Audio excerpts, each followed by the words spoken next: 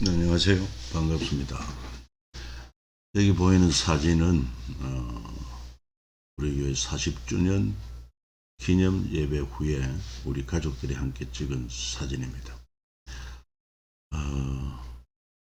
지금 오른쪽에 보이는 우리 큰사이, 큰딸, 그 주변으로 있는 우리 집사람 빼고 8명의 자녀 두 부부, 이제 오늘 이집트로 선교를 위하여 출국하게 됩니다. 그래가지고 우여곡절도 많았는데 인도하신 하나님께 감사를 드리고 여러분들도 함께 기도해 주시면 참 감사하겠습니다. 이제 이어서 또한 통성경 길라잡이 말씀을 우리가 서로 나누도록 하겠습니다. 우리 지금까지 통성경을 공부해 오면서 오늘로서 모세오경은 이제 끝나게 됩니다. 이것을 도표로 한번 정리를 해서 살펴보도록 하겠습니다. 여러분 그걸 잘 기억하면 좋겠어요. 먼저 성경을 통성경은 7트랙 20마당 52가로 되어 있는데 제1트랙은 모세오경이지요. 이 모세오경을 4마당으로 표현을 했습니다. 1마당 하나님의 마음, 2마당 열방을 행한 꿈, 3마당 만나세대, 4마당 신앙개석. 그래서 1마당에는 창세기 중심으로 1과 원역사, 2과 족장사, 3과 입애국과 민족. 그 다음에 2마당은 출애굽과 레위기 중심으로 4과 출애굽과 제국, 5가 세계 선교의 꿈, 6과 거룩한 시민학교 교과서. 그리고 3마당은 7과 8가인데 민수기 중심으로 7과 만나세대, 신명기 중심으로 8과 만나학교 졸업이 되겠습니다. 그리고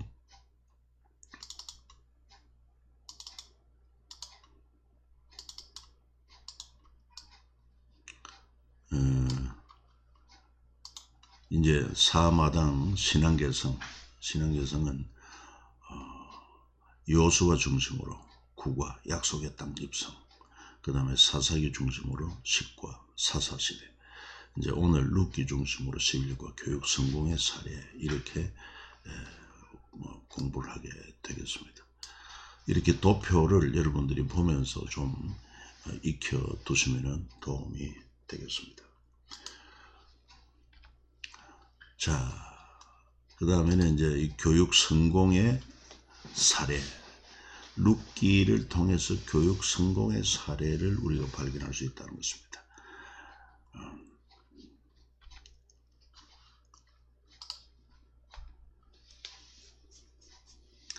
우선 통성경은 늘 시간과 공간과 인물, 공간은 베들레헴 중심이다. 주요 인물은 룻보서, 나오미. 특별히 우리가 룻기서에서 한 가지 주목해야 될 것은 아름다운 제사장 나라의 법이 구현되고 있다는 것입니다.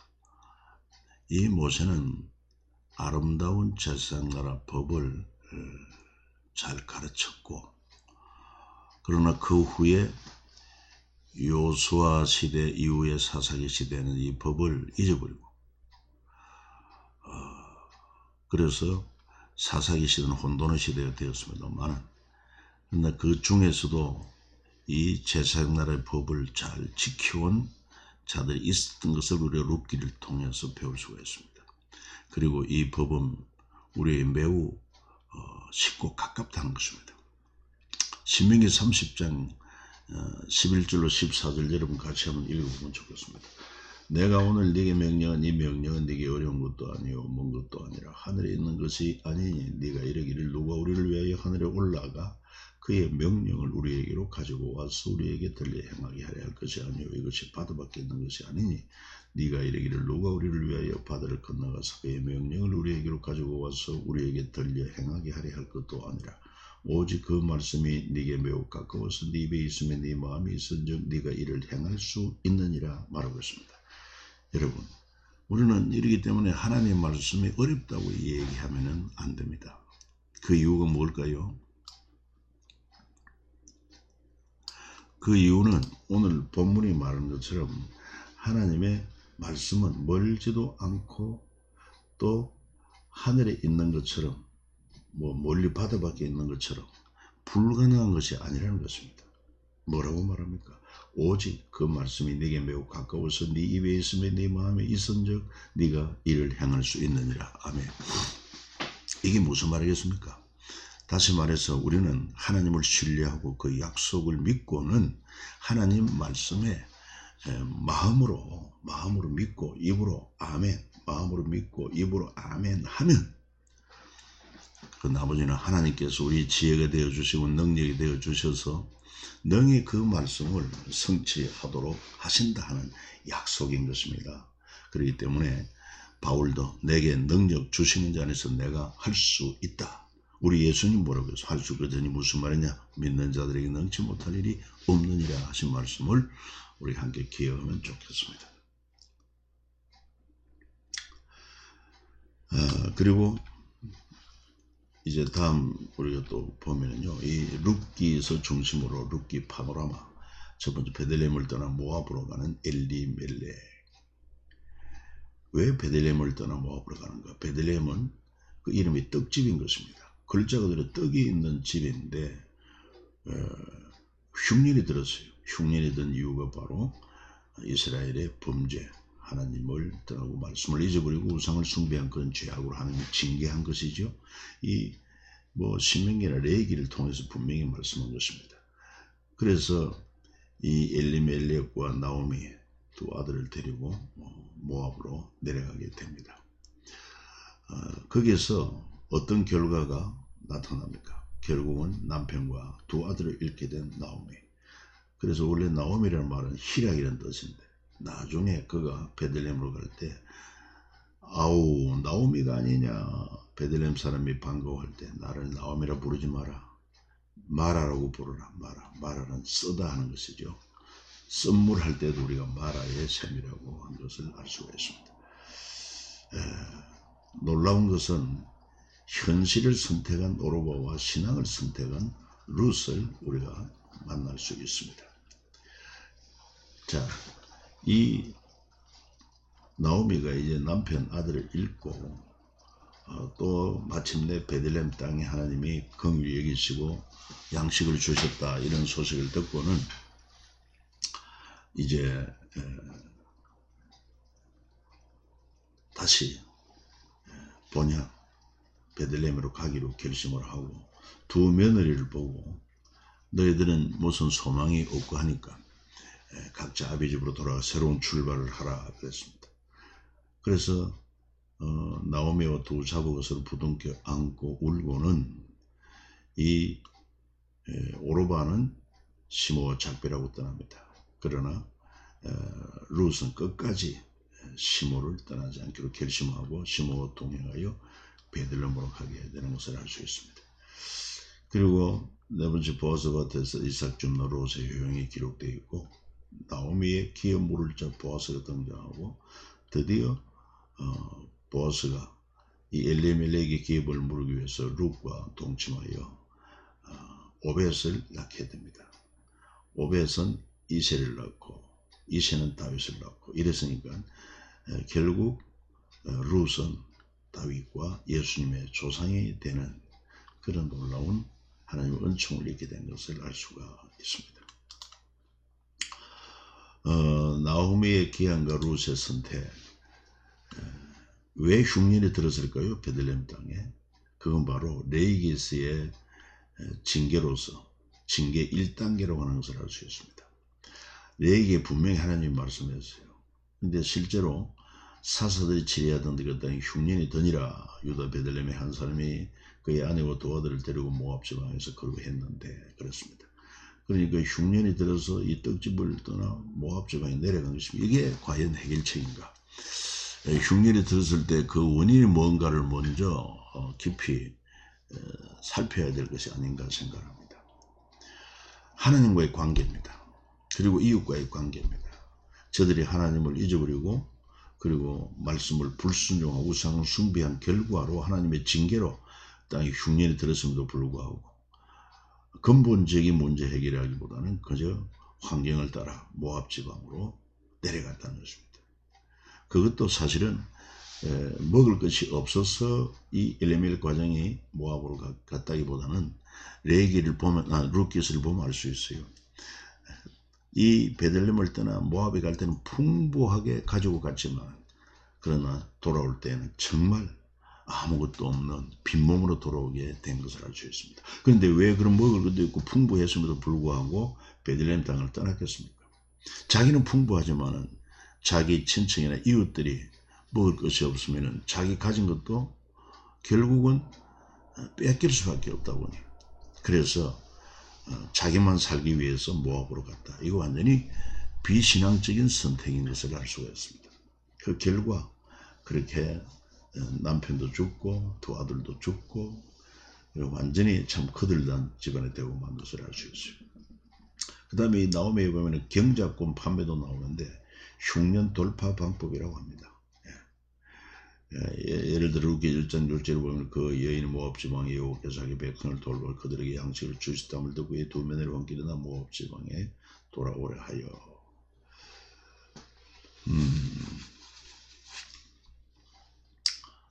그 다음에 계대 결혼법도 룻기스에 발견하는데 사실은 이 계대 결혼법이라고 하는 것은 형제 중에 한 형제가 자식이 없어 죽으면 그 다음 형제가 남은 여인과 동침하여 자녀를 낳아서 죽은 형제의 대를 이어주는 계대 결혼법이지만 나오미에게는 대안이 없었습니다. 그래서 룻기서 1장 13절 말씀 보면 내 딸들아 되돌아가라 나는 늙었으니 남편을 두지 못할지라 가래 내가 소망이 있다고 말하든지 오늘 밤에 남편을 두고 아들들을 낳는다 하더라도 너희가 어찌 그들이 자라기를 기다리겠으며 어찌 남편 없이 지내겠다고 결심하겠느냐. 계대 결혼법도 룻기서에 소개되는 것을 알 수 있습니다. 자, 이처럼 이제 그 나오미가 두 자부에게 새로운 출발을 권고했을 때 오르바는 참 어머니와 작별을 하고 떠납니다만 그러나 이 룻은 결단을 내리는 것을 알 수 있습니다. 잠시 우리가 한번 살펴보죠. 룻이 이르되 같이 읽어봅니다. 룻이 이르되 내게 어머니를 떠나며 어머니를 따르지 말고 돌아가라. 강건하지 마옵소서. 어머니께서 가시는 곳에 나도 가고 어머니께서 머무시는 곳에서 나도 머물겠나이다. 어머니의 백성이 나의 백성이 되고 어머니의 하나님이 나의 하나님이 되시니 어머니께서 죽으시는 곳에서 나도 죽어 거기 묻힐 것이라. 만일 내가 죽는 일 외에 어머니를 떠나면 여호와께서 내게 벌을 내리시고 더 내리시기를 원하나이다 하는지라. 여러분이 만약에 나오미의 며느리 입장이었다고 하면은 오르바를 따르겠습니까? 룻을 따르겠습니까? 이게 오르바와 룻의 선택의 두 차이는 오르바는 철저히 눈에 보이는 현실 중심이었습니다. 환경 중심이죠. 자신의 이 어머니를 따라가면은 소망이 없습니다. 오히려 베들레헴에 가면은 외국이죠. 문화가 다르죠. 언어가 다르죠. 뿐만 아니라 또 그 홀어머니를 복양해야 하지요. 이만저만 어려움이 아닙니다. 그러나 다시 이제 아비 집으로 돌아가서 제가 하면은 뭐 결혼하고 아들 놓고 살 수 있지 않겠습니까? 그래서 오르바는 현실적인 선택을 했습니다. 그러나 여러분 룻은 어떻게 해서 이처럼 그 어머니의 관건을 뿌리치고 끝까지 시므를 쫓아 시므와 함께 베들레헴으로 돌아가기로 결심할 수 있었을까?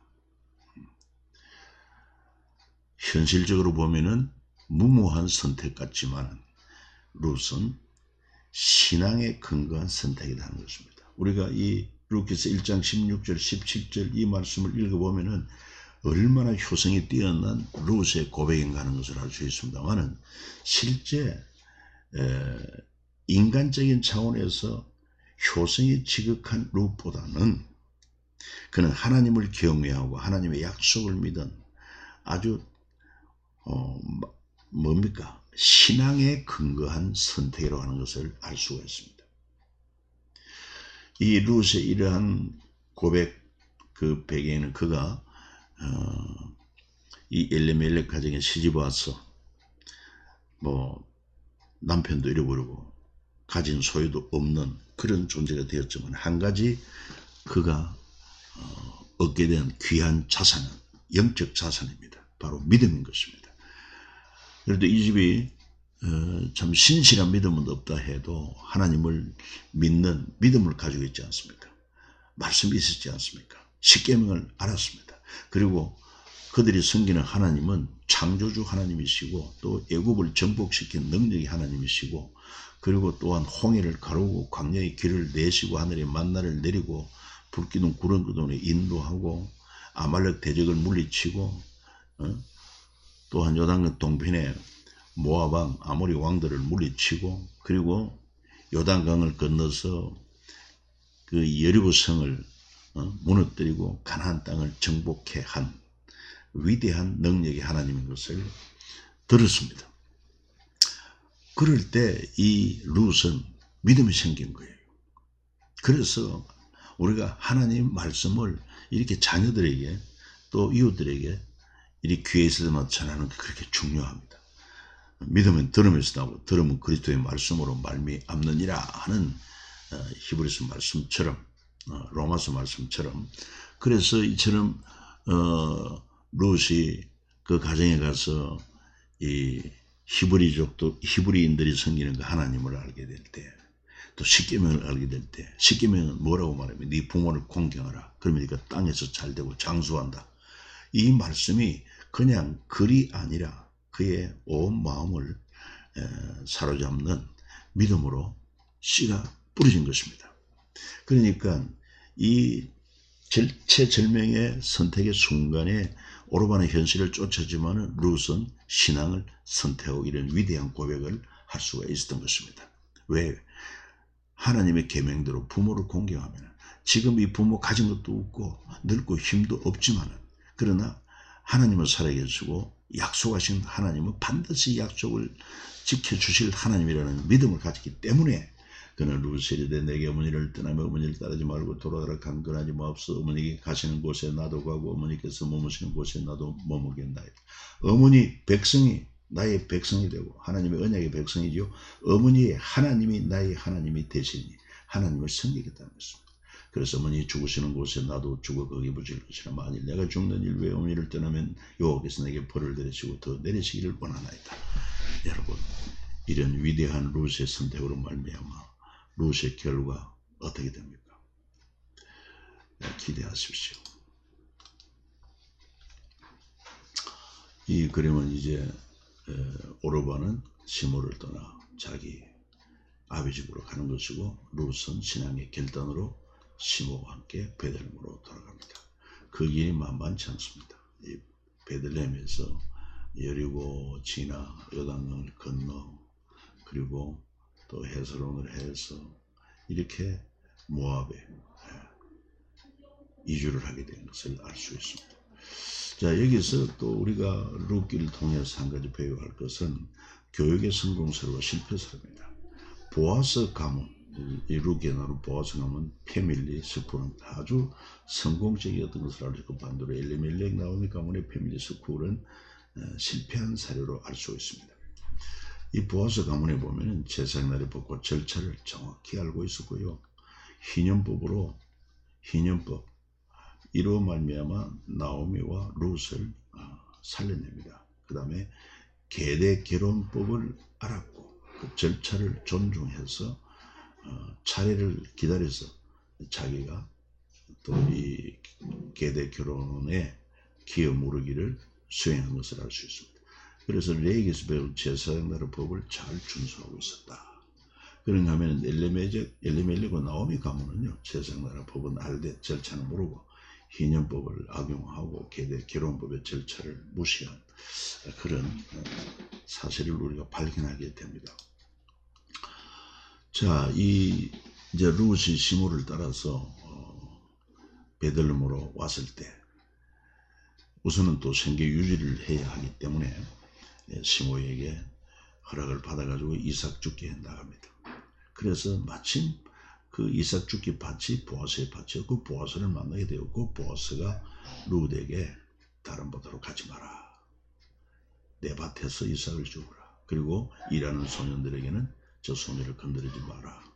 그리고 네 소문을 들었다. 무슨 소문? 시어머니에 향한 일과 또 이방 여인으로서 참으로 하나님을 경외하는 그런 아름다운 소문을 들었다. 이런 소문은 반드시 나게 되어 있습니다. 그래서 여호와께서 내게 상 주시기를 원한다.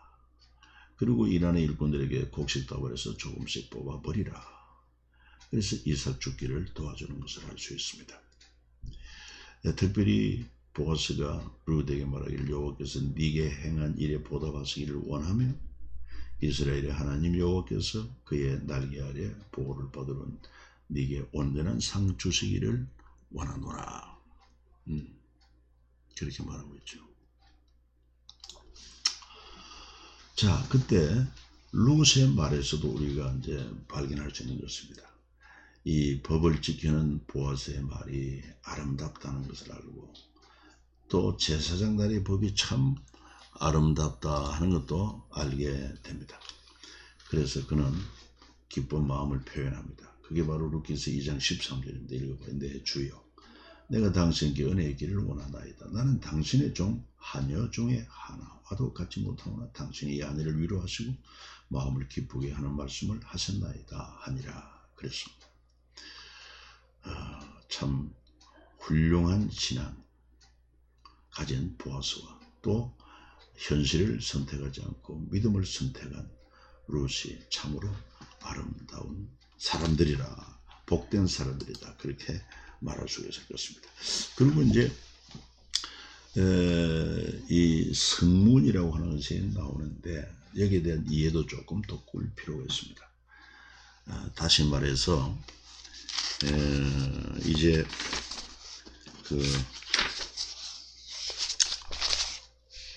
이 나오미가 자기 며느리 룻을 사랑하고 또 룻의 장래를 좀 위해서 그는 그래도 믿음을 가진 사람으로 계대 결혼법을 알고 또 기업 무르기 법을 알기 때문에 자기 친족 가운데 유력한 자가 보아스인 줄 알고 이 보아스와 룻과의 관계를 맺게 하려고 보아스가 타작할 때 그는 야영을 합니다. 그 야영하는 숙소에 이 은밀하게 룻을 보내가지고 그런 기업 무르기와 계대 결혼법의 뜻을 이루려고 합니다만은 이 보아스는 참 믿음의 사람이고 신실한 사람이기 때문에 나오미의 뜻과는 달리 이 룻을 긍휼히 여기고 또 하나님께서는 이런 어려운 가정을 위해서 기업 물을 자의 법을 정해준 것을 알았기 때문에 그러나 그는 이 계대 결혼에 있어서도 자기보다 더 가까운 이 나오미의 친족이 있는 줄 알았기 때문에 그 남편 엘리멜렉의 친족이 되겠죠. 그래서 조용히 룻을 돌려보내고 내가 이 일을 잘 성사되게 하리라. 이제 그리고는 이제 성문에 대한 이야기가 나옵니다. 이 성문에는 망루가 있고 성문 안쪽에 성읍 장로들이 모여 앉는 곳이 있습니다. 마치 회당처럼. 그 장로들은 이곳에 모여 공적인 일들을 처리하고 중요한 거래도 하고 또 증인이 되기도 하고 사법적 재판도 담당하고 그래서 성문에 앉는다고 하는 재판의 의미, 재판할 만한 사람이라는 의미도 있었고 또 상당한 그런 지위에 있는 사람들이 모였다 하는 것을 알 수 있습니다. 그래서 이제 룻기 4장 1절은 보아스문으로 올라가 거기에 앉아있더니 마침 보아스가 말하던 기업 물을 자가 지나가는데 엘리멜렉에 가장 가까운 기업 물을 1순위자가 지나가는지라. 보아스가 그에게 이르되 아무개 이리로 와서 앉으라 하니 그가 와서 앉으며 보아스가 그 성읍 장로 10명을 청하여 이르되 당신 저기 앉으라 하니 그들이 앉았고 이제 바로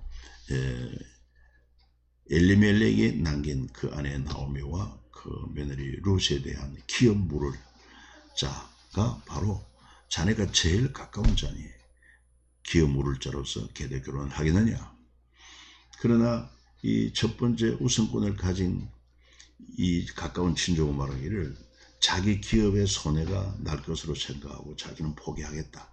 그래서 여러 정인들 앞에서 포기를 합니다. 그래서 그것을 증거로 삼고, 그러면 두 번째는 내 순위가 되었으니 보아스가 내가 기업 물을 자로서 계대 결혼을 내가 하겠다 자원했습니다. 그러므로 말미암아 그것이 이제 공적으로 채택이 되고 보아스가 그 기업 물을 자의 역할을 감당하게 되는 것을 알 수 있습니다. 이것을 볼 때 보아스는 제사장 나라의 법을 잘 이해하고 있었다는 것입니다.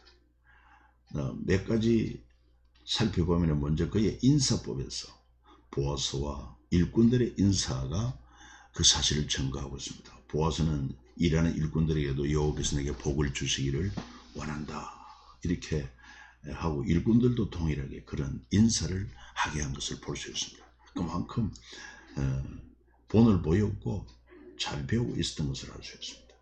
이것은 바로 민수기 6장 27절에도 그 하나님께서 말씀을 하신 걸 볼 수 있습니다. 여호와는 네게 복을 주시고 너를 지키시기를 원하며 여호와는 그의 얼굴을 네게 비추사 은혜 베푸시기를 원하며 여호와는 그 얼굴을 네게 향하여 드사 평강을 주시기를 원하노라 할지니라 하라. 그들은 이같이 내 이름으로 이스라엘 자손에게 축복할지니 내가 그들에게 복을 주리라. 이게 제사장날의 법입니다. 그래서 축복을 하면, 남에게 축복하면 하나님께서 복을 내리시겠다는 것입니다. 그래서 우리도 축복하기를 즐거워해야 되겠습니다. 그저 만나면은 다른 사람에게 이렇게 축복을 함으로 말미암아 하나님이 그 믿음을 보시고 그 고백을 들으시고 복을 주신다. 우리 자녀들에게, 이웃들에게. 그래서 이게 제사장날의 법을 보아서 잘 이해했다는 것입니다. 두 번째로 이방인과 가난한 사람을 위한 법.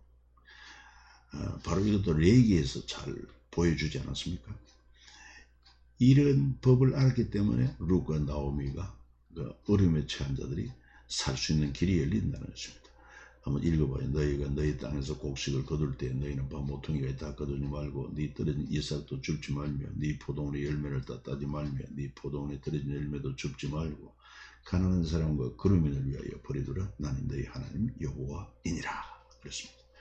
그러니까 이 제사장날의 법입니다. 이것을 실제 삶 속에서 보아서는 실천했던 것을 알 수 있어요. 우리도 하나님 말씀을 아는 것도 중요하지만 그 말씀 그대로 실천하는 행함이 있는 믿음이 매우 중요하다. 그 다음에 보아서는 제사장날의 법으로 기업 물을 자 그리고 계대 결혼법에 대해서도 잘 알았기 때문에 보아스가 기업 물을 자 되어서 엘리멜렉의 기업을 되찾아주게 되는 것입니다. 그것도 레위기에 보면은 기업 물을 법을 하나님 분명히 말씀해서 만일 네 형제가 가난하여 그의 기업 중의 얼마를 팔았으면 그에게 가까운 기업 물을 자가 와서 그의 형제가 판 것을 물을 것이요. 만일 그것을 물을 사람이 없고 자기가 부유하게 내 물을 힘이 있으면 그 판회를 개수하여 남은 값을 산 자에게 주고 자기 소유로 돌릴 것이다 하는 이런 기업 물을 법과 그 다음에 계대 결혼법도 잘 알고 있었습니다. 그렇기 때문에 그것도 신명기 25장 5절 6절 이게 다 제사장 나라의 법에 나오는 계대 결혼법. 그렇기 때문에 앞서 설명한 것처럼 자기가 자원해서 룻과 결혼했고 자녀를 낳아 나오미의 품에 안겨주게 되므로 죽은 형제 엘리멜렉의 기업을 이어주게 됩니다. 그 다음에 희년법에 대해서도 너무 잘 알고 있었습니다. 희년 이거는 7 안식년이 지나고 50년째가 희년 기쁨의 해라고 말하는데 그래서 보아스가 엘리멜렉에 나오며 모압으로 가면서 경작권을 팔았던 땅을 다시 되찾아 주게 된 것을 알 수 있습니다. 이 희년법도 레위기 25장 10절에 그랬어요. 너희는 50년째 해를 거룩하여 그 땅의 모든 주민을 위하여 자유를 공포하라. 이 해는 너희에게 희년이니 기쁨의 해이니 너희는 각각 자기 소유지로 돌아가고 자기 가족에게로 돌아갈지며. 그러니까 땅값이나 사람을 종으로 삼았거나 희년이 되면은 그만큼 원상복구를 시키는 해이기 때문에 희년이 멀면 멀수록 값이 비싸고 희년이 가까우면 가까울수록 값은 적어진다 하는 것입니다. 그 다음에 경작권 매매법도 잘 알고 있었습니다. 그렇기 때문에 이 보아스의 신앙 정말 제사장들의 법을 잘 알고 그 법대로 잘 준행한 사람이었다. 아울러서 룻은 그 나라의 법을 존중했고 또 그 법을 참으로 좋아했고 그 법을 따라 선택한 그런 믿음의 여인이었다는 것을 알 수 있습니다. 그 다음에 이제 우리가 보아스의 족보를 한번 생각해 볼 필요가 있습니다. 사실 룻기는 예수님 이야기 줄기의 한 부분이라고 봐도 틀림이 없습니다. 룻기 족보에는 살몬과 라합 사장에 나옵니다. 룻기서에 살몬이 라합과 결혼하여 보아스를 낳게 되는데 이 살몬은 누구냐? 바로 라합은 누구냐 할 때 여리고를 정탐할 때 두 정탐꾼 중에 한 사람인 것입니다. 라합이 그들을 숨겨줌으로 정탐의 사명을 잘 감당하게 되고 그 이후에 여리고를 정복할 때 두 사람이 결혼해서 참 라합의 믿음의 선택이 얼마나 복된 선택이었습니까? 그래서 살몬과 라합 사이에 보아스, 이 보아스가 또 룻을 취하여 아들을 낳고 오벳이 아들을 낳고 이세가 아들을 낳으니 다윗이 되었더라. 예수 그리스도는 다윗의 후손으로 오게 됩니다. 그러니까 이 룻의 라합의 위대한 믿음의 선택의 결과 영광스러운 예수님의 가계의 조상이 되는 그런 사실을 우리가 알 수가 있어요. 그 다음에 또 마태복음에도 보면은 역시 동일한 인물의 족보가 나오는데 마태복음의 족보는 아브라함부터 시작해서 아래로 예수님의 아버지는 요셉의 족보까지 이렇게 나오는 중에 살몬과 보아스, 오벳, 이세, 다윗 이렇게 나옵니다. 그리고 누가복음의 족보도 나오는 누가복음의 족보는 하향식입니다. 상향식입니다. 위로 올라가는 족보입니다. 그래서 다윗의 아비 이세 아비 오벳 오벳의 아비 보아스 살몬 이렇게 쭉 올라가다가 그 이상은 아담이요 그 이상은 하나님이라 이렇게 기록되어 있습니다. 여러분 우리도 결과적으로 서로 성씨도 다르고 하지만 족보를 계속 이렇게 컴퓨터로 계산해서 올라가 보면은 결국은 아담과 하와 그리고 사람을 지으신 하나님이 우리 존재의 뿌리다 하는 것을 알 수가 있을 것입니다. 그 다음에 가서 이제 룻기서 사사기 룻기 통해서 그 교훈을 다시 한번 새겨보면은 눈에 보이는 땅보다 보이지 않는 하나님의 말씀이 중요하다. 우리가 돌아보는 것은 보이는 것이 아니요 보이지 않는 것이니 보이는 것은 잠깐 보이지 않는 것은 영원함이라. 이 가치관을 가지고 살아야 되겠습니다. 이 사세계에 눈에 보이는 땅 여기에 집중하다 보니까 하나님 말씀을 잊어버려서 다른 세대가 되고 말았어요. 두 번째로 다음 세대 신앙 개선 실패하면 미래가 불행하게 된다. 그러니까 성경 통독을 통해서 또 신앙 교육이 중요하다. 여러분들이 좀 힘들고 할지 모르겠습니다만은 그러나 끝까지 잘 감당하면은 결국은 여러분 유익하게 됩니다. 잘 감당해 봅시다. 성적을 받는 것보다 주어진 사명 감당하는 것이 더 중요하다. 이 사사기 통해서 여러 지도자들이 나오지만 이사나만한 지도자. 중요한 것은 우리도 받은 직분에 걸맞는 그 사명을 감당하는 것. 매우 중요합니다. 왜? 하나님은 중심을 보십니다.